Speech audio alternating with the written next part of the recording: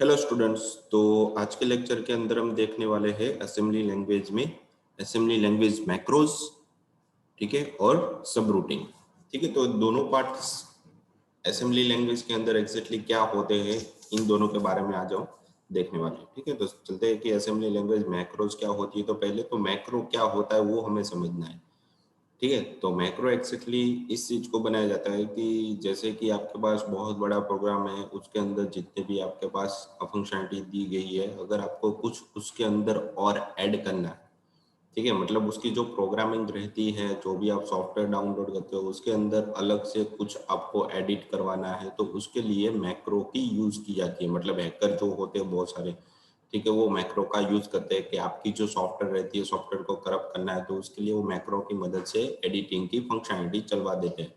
ठीक है, और ये सारा कुछ किसकी मदद से चलता है कि आपकी जो कमांड लाइन होती है उसके बेस में, मतलब हार्डवेयर पे डिपेंडेंट रहता है सारा कुछ। ठीक है, तो वहां से वो कोडिंग चलवा देते हैं जिसकी मदद से आपकी जो सॉफ्टवेयर रहती है वो करप्ट हो जाती है। ठीक है, तो इस तरीके से हैकर या फिर किसी भी तरीके की फाइल होती है वो हमारी करप्ट होती है मैक्रो की मदद से। मैक्रो मतलब एक बैक फाइल होती है जिसकी मदद से आप किसी भी तरह के पीसी के अंदर किसी भी फाइल को स्टोर करवा सकते हो और उसको एडिट या किसी भी कोडिंग के अंदर ऐड कर सकते हो। ठीक है, फाइल के अंदर। तो ये चीज होती है इसके अंदर। मतलब मैक्रो मतलब बाद में आपको कभी भी एडिटिंग करनी हो कोडिंग के अंदर, सॉफ्टवेयर के अंदर, तो उसके लिए मैक्रो का यूज किया जाता है। ठीक है, तो उसके बारे में आज डिस्कस करें तो मैंने आपको ऊपर से बता दिया है कि फिर हम देखेंगे कि अब व्हाट इज मैक्रो, मतलब एग्जैक्टली वो क्या कहना चाहता है वो हम देखने, वो जो कॉन्सेप्ट था वो तो मैंने आपको बता दिया। ठीक है, अब macro is a sequence of instruction, जैसे मैंने अभी बताया कि वो वन टाइप ऑफ क्या होती है, इंस्ट्रक्शन होती है, assigned by name and could be used anywhere in a program. जैसे मैंने अभी आपको बताया कि वो कहीं पर भी यूज हो सकता है कोड, जो भी आप कोड करते हो, मतलब बाद में आपको कोडिंग के अंदर एडिटिंग करनी है तभी इसका यूज होता है। तो इसके बाद NASM जो असेंबली लैंग्वेज होती है उसके अंदर आपको कोडिंग करने के लिए SM सॉफ्टवेयर की जरूरत पड़ती है। ठीक है, तो macros are defined with percentage macro and percentage and macro directly, मतलब इन दोनों के बीच में ही आप सारा कुछ अपना कोड एडिट कर सकते हो। ठीक है, मतलब आपको जब भी कोड है वो एडिट करना है तो परसेंटेज मैक्रो, और उसके बीच में आपकी जो भी प्रोग्रामिंग रहती है वो प्रोग्रामिंग रखनी है, और उसके बाद जैसे आपकी प्रोग्रामिंग खत्म हो जाती है तो उसके लास्ट में एंड मैक्रो लिखना है। मतलब वो आपकी वन टाइप ऑफ एक डायरेक्टिव फाइल बन जाएगी जिसकी मदद से आप वहां पर कमांड की मदद से ऐड कर सकते हो। ठीक है, तो इस तरीके से मैक्रो की डेफिनेशन होती है। ठीक है, तो ये आपको आई थिंक समझ में। और असेंबली लैंग्वेज के अंदर मैक्रो बनाने के लिए आपको NASM सॉफ्टवेयर की जरूरत पड़ती है जिसकी मदद से आप वहां पे डेटा को या फिर फाइल को एडिट कर सकते हो। ठीक है, तो ये हो गई मैक्रो क्या होती है। अब इसके अंदर डिस्क्रिप्शन भी बहुत सारे हैं कि उसके बेनिफिट क्या है, तो वो सारा कुछ बताया गया। मैक्रो एक्जेक्टली क्या होता है इसकी एक्सप्लेनेशन यहाँ पे दी गई है। ठीक है, तो वो मैंने जैसे आपको बताया वही चीज होती है, पेज के अंदर टिपली थोड़ा बताया गया है कि क्या चीज होती है वो। ठीक है, तो देखो, तो assembly language macro is a template. देखो यहाँ पे क्या बताया गया कि वन टाइप ऑफ इसकी असेंबली लैंग्वेज की एक फाइल, मतलब एक टेम्पलेट बना दी जाती है जिसका फॉर्मेट पहले से ही फिक्स रहता है कि किस फॉर्मेट में रखना है। ठीक है, तो वो हर एक जगह पे सेम नहीं होता, अलग अलग होता है, अलग अलग लैंग्वेज पे डिपेंडेंट रहता है कि किस तरीके की मैक्रो करनी है। ठीक है, तो उसके लिए उसका फॉर्मेट पहले से ही फिक्स रहता है। तो whose format represent a pattern of zero or more assembly language statement that might be common to multiple program।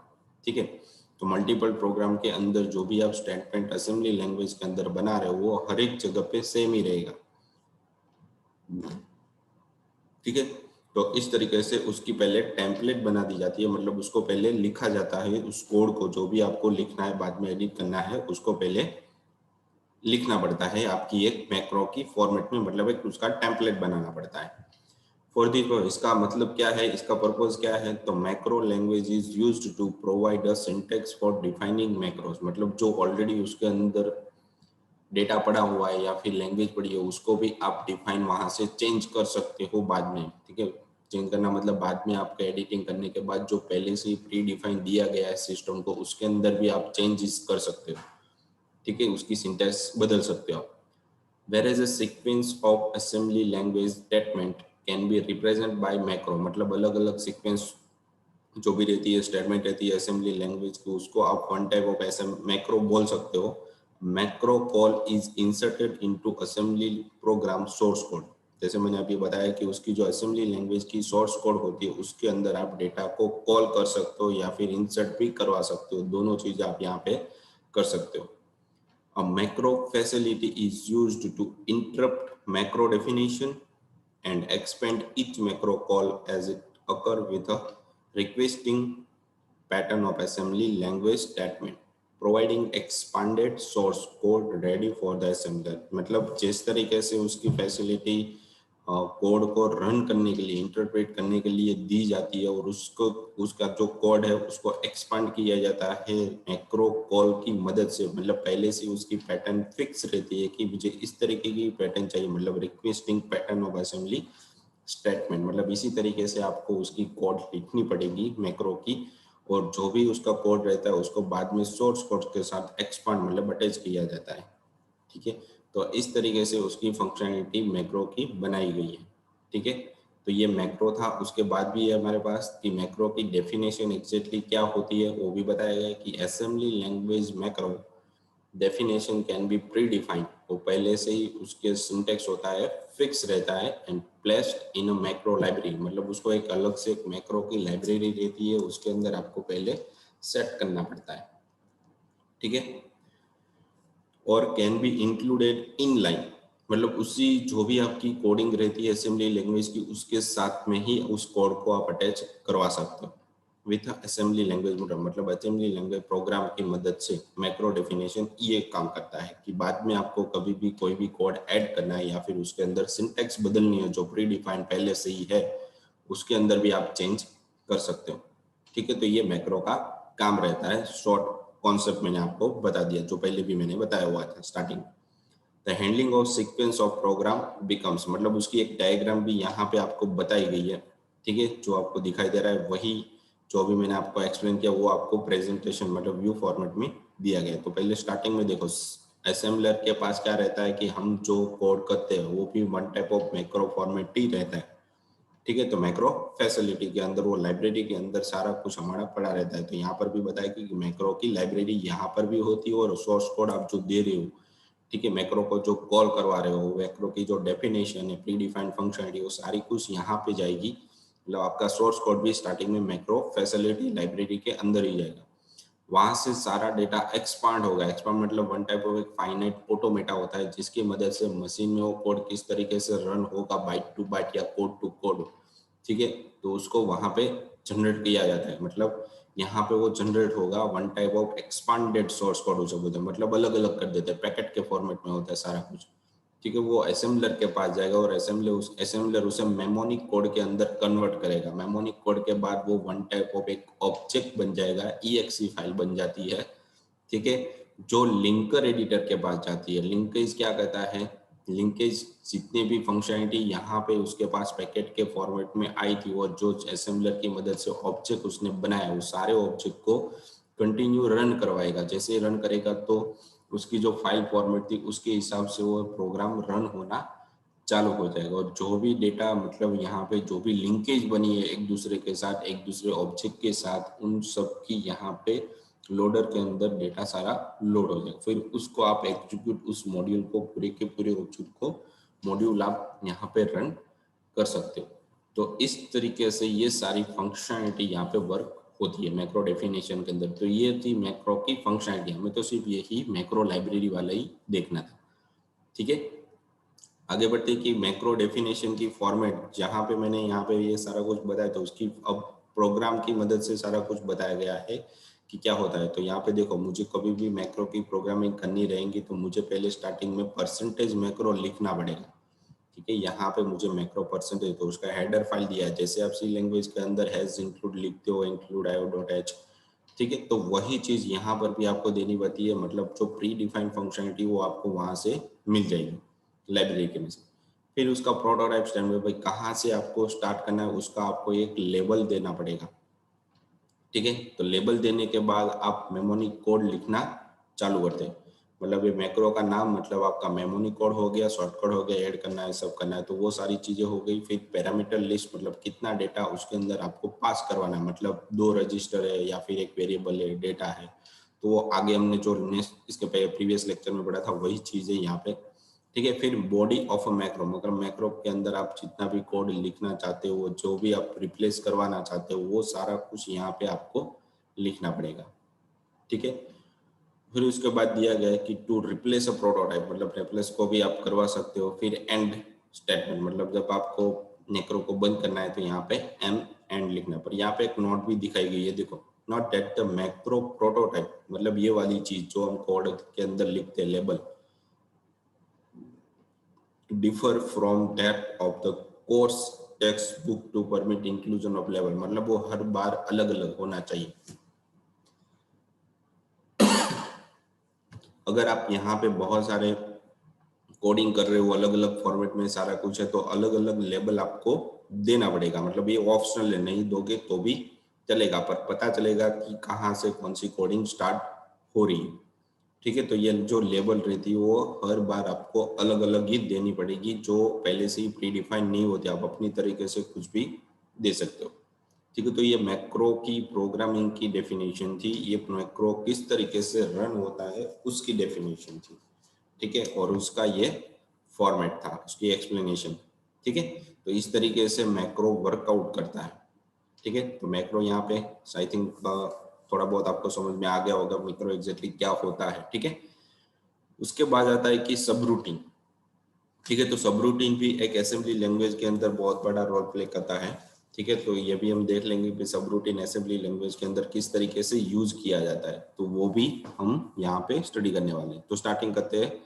A program is made up, तो सब रूटीन का मैं आपको सिंपल एक कॉन्सेप्ट बता देता हूँ कि सब रूटीन मतलब जो भी हम प्रोग्राम बनाते हैं, बहुत सारे बड़े बड़े समथिंग 30 या 20 लाइन का हमने जो प्रोग्राम बनाया, ठीक है, तो वो क्या है कि एक शॉर्ट प्रोग्राम है, तो उसका उसको क्या करेगा, एक छोटे पार्ट के अंदर डेटा को कन्वर्ट नहीं होता, जब वो रन करने के लिए या कंपाइल होने या असेंबलर के अंदर जाता है इंटरप्रेट होने के लिए, तब उसको छोटे छोटे पार्ट के अंदर वो कन्वर्ट करें, मतलब सब मॉड्यूल के अंदर, मतलब आपने एक प्रोग्राम बनाया, वो आपका एक मॉड्यूल था, और उसको जब रन करने के लिए जाएंगे तो उससे पहले जितने भी जी लाइन थी हमारी, उसको एक छोटे छोटे प्रोग्राम के अंदर कन्वर्ट किया जाता है। उसे यहाँ पे मतलब सब मॉड्यूल बनाए जाते हैं जो सिस्टम की तरफ से बनाए जाते हैं। ठीक है, उसे यहाँ पे सब रूटीन बोला जाता है, मतलब एक कोड के अंदर फॉर्मेट के अंदर उसको पैकेट के फॉर्मेट में कन्वर्ट करते हैं, उसे यहाँ पे सब रूटीन बोलते हैं, मतलब छोटे छोटे मॉड्यूल के अंदर कन्वर्ट करना by system.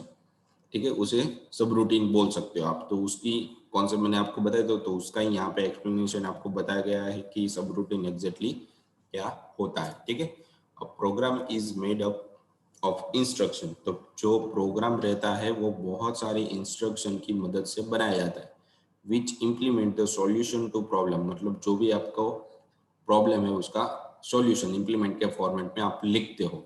In a given program, it is often needed to perform a particular subtask many time of different data value, मतलब अलग अलग डेटा को आप रिप्रेजेंट करने के लिए एक सब टास्क बना देते हो, मतलब सब वेरिएबल बनाते हो, वेरिएबल के अंदर एक वेरिएबल बनाया, उसको आप दूसरा वेरिएबल डिफाइन करो, तो आपने वहां पे दूसरा वेरिएबल भी बना दिया, तो आप वहां पे क्या हो गया कि वन टाइप ऑफ जितने भी आप वेरिएबल या कोई भी लॉजिक लिखते हो, ठीक है, एरिथमेटिक कैलकुलेशन करवाते हो, तो वो सब रूटीन के अंदर मतलब सब पार्ट के अंदर उसको कन्वर्ट कर देता है। So we split the program into smaller unit, तो सिस्टम क्या कहता है कि जो भी आपका प्रोग्राम है उसको एक स्मॉलर यूनिट के अंदर कन्वर्ट कर देता है, which solve the particular part of the problem, मतलब जो पार्ट उसका बना हुआ है उसको वो सॉल्व करता है उस टाइम पे, जब छोटे छोटे यूनिट उसके बनाए जाते हैं। This task specific sub unit are termed as a function, जिसको आप फंक्शन भी बोल सकते हो, प्रोसीजर भी बोल सकते हो, और सब रूटीन भी बोल सकते हो। जैसे मैंने अभी आपको कॉन्सेप्ट के अंदर बताया कि आपका जो प्रोग्राम रहता है उसको स्मॉल मॉड्यूल के अंदर कन्वर्ट किया जाता है बाय सिस्टम, उसे यहाँ पे आप फंक्शन भी बोल सकते हो, प्रोसीजर भी बोल सकते हो, या फिर सब रूटीन भी बोल सकते हो, या फिर अपनी तरीके से भी आप जो भी फंक्शनलिटी बनाते हो, फंक्शन यूज करते हो, प्रोसीजर यूज करते हो, ठीक है, उसे भी यहाँ पे सब रूटीन ही बोला जाएगा। मतलब उस टास्क के अंदर उसको इतना ही करना है, मतलब जब उसका कॉल होता है तब उतना टास्क इसको करना है, उसको वहां से पता चल जाएगा। ठीक है, तो वो चीज होती है। In assembly language we use the word subroutine. तो असेंबली लैंग्वेज के अंदर हम फंक्शन की जगह पे प्रोग्रामिंग में होते हैं तो फंक्शन बोलते हैं, और असेंबली लैंग्वेज के अंदर सब रूटीन बोलते हैं। For all subprogram to distinguish between functions used in other programming language and those used in assembly language. मतलब जो हम प्रोग्रामिंग लैंग्वेज के अंदर फंक्शन बोलते हैं उसे यहाँ पे सब रूटीन बोला गया है, सब प्रोग्राम को अलग अलग पार्ट के अंदर कन्वर्ट करने के लिए। ठीक है, जो असेंबली लैंग्वेज के अंदर यूज किया जाता है। उसके बाद और भी है कि the block of instruction that constitute a subroutine can be included at every point in the main program when that task is needed. जब उस टास्क की जरूरत होती है तब जितने भी उसके सब रूटीन होते हैं उसको एक पॉइंट के थ्रू पूरे प्रोग्राम को इकट्ठा किया जाता है, मतलब जोड़ दिया जाता है, और उसके बाद उसकी जो भी टास्क होती है वो परफॉर्म होना चालू होती है। फिर लिखा है कि this would result in unnecessary waste of memory. मतलब इसकी मदद से क्या होगा कि अगर बहुत ज़्यादा मेमोरी का यूज होने वाला है तो उसके लिए वो सब रूटीन क्या करता है कि अलग अलग पार्ट के अंदर कन्वर्ट करेगा। ठीक है, जिसकी मदद से आपकी मेमोरी कम हो जाएगी, कम ऑक्यूपाई करेगी। फिर है कि only one copy of instruction that constitute the sub routine is place in memory. मतलब जो भी डेटा को इकट्ठा किया गया है उन सबको एक मेमोरी सब रूटीन की मदद से एक मेमोरी के अंदर प्लेस किया जाता है, और वहां से ही उसको बार बार यूज किया जाता है। मतलब एक ही बार उसको सेव किया जाता है और वहां जहां पर वो स्टोर हुआ है वहां से आप रिपीटेडली उसको यूज कर सकते हो, एक्सेस कर सकते हो। तो ये था सब रूटीन। ठीक है, आपको स्मॉल में कॉन्सेप्ट समझ में आ गया होगा। फिर उसके कंपोनेंट क्या क्या है वो भी यहाँ पे बताए गए कि कंपोनेंट एग्जैक्टली किस तरीके से होते हैं यहाँ पे। ठीक है, तो कंपोनेंट के अंदर क्या क्या होता है वो भी यहाँ पे बताया गया है आपको। ठीक है, तो उसका भी हम डिस्कस कर लेंगे कि रूटीन के अंदर सब रूटीन के अंदर एग्जैक्टली उसके कितने पार्ट के अंदर डिवाइड किया गया। ठीक है, तो एंट्री पॉइंट स्टार्टिंग में क्या लिखा है कि यहाँ पे entry point the location of the first instruction in the routine. मतलब जहाँ से जितनी भी इंस्ट्रक्शन होती है वो एंट्री पॉइंट के थ्रू डाल दी जाती है। फिर है कि पैरामीटर्स। ठीक है, पैरामीटर वन टाइप ऑफ मतलब उसके अंदर कितने वेरिएबल्स पास किए गए। लिस्ट ऑफ रजिस्टर मतलब उसके लिए रजिस्टर भी पहले से ही ऑक्यूपाई करके रखते हैं कि भाई ये कोई भी किसी भी तरीके का डेटा आया है, पैरामीटर आया तो उसको यहाँ पर स्टोर करवाना है, तो उसको पहले से ही मेमोरी या फिर रजिस्टर के अंदर एक जगह फिक्स की जाती है। द लिस्ट ऑफ रजिस्टर और memory location that contain the parameter of the routine. मतलब जिसके अंदर वो पैरामीटर की वैल्यू है वो स्टोर करवा के रखते हैं। फिर return value the list of register और memory location to save the result. मतलब जितनी भी उसके पास डेटा को कैलकुलेट मतलब पैरामीटर है तो उसका कुछ लॉजिकल पार्ट वहां पे बीच में चला होगा, तो लास्ट में जो आंसर आया उसको स्टोर करने के लिए भी एक रिटर्न वैल्यू को यूज किया जाए। मतलब उसके अंदर भी रजिस्टर और मेमोरी लोकेशन की यूज की जाती है।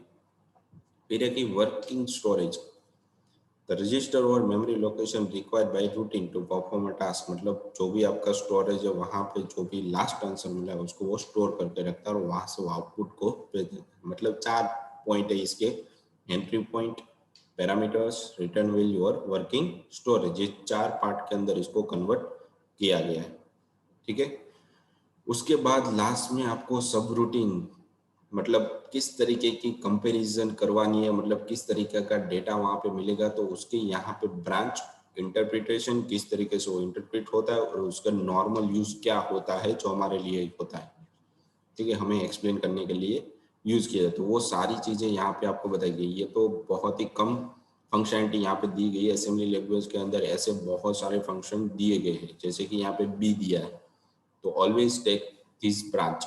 ठीक है, मतलब वो एक पर्टिकुलर पॉइंट को पकड़ के रखता है।